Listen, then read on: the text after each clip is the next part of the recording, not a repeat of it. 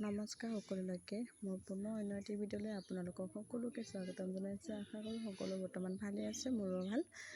আৰু যিহেতু মই আজি যাব ওলাইছোঁ মহাদেৱপুৰ সমস্ত অফিচলৈ। বাহঁতৰ লগত গৈ দিছোঁ আৰু বাহঁতি ক'লে যে ওলাই দিয়া বুলি, সেইটো কাৰণে বাহঁতৰ লগতে কৈ দিছোঁ, গৈ আছোঁ আৰু এতিয়া গৈ থাকোঁতে হঠাতে মই মহ দেখি পালোঁ।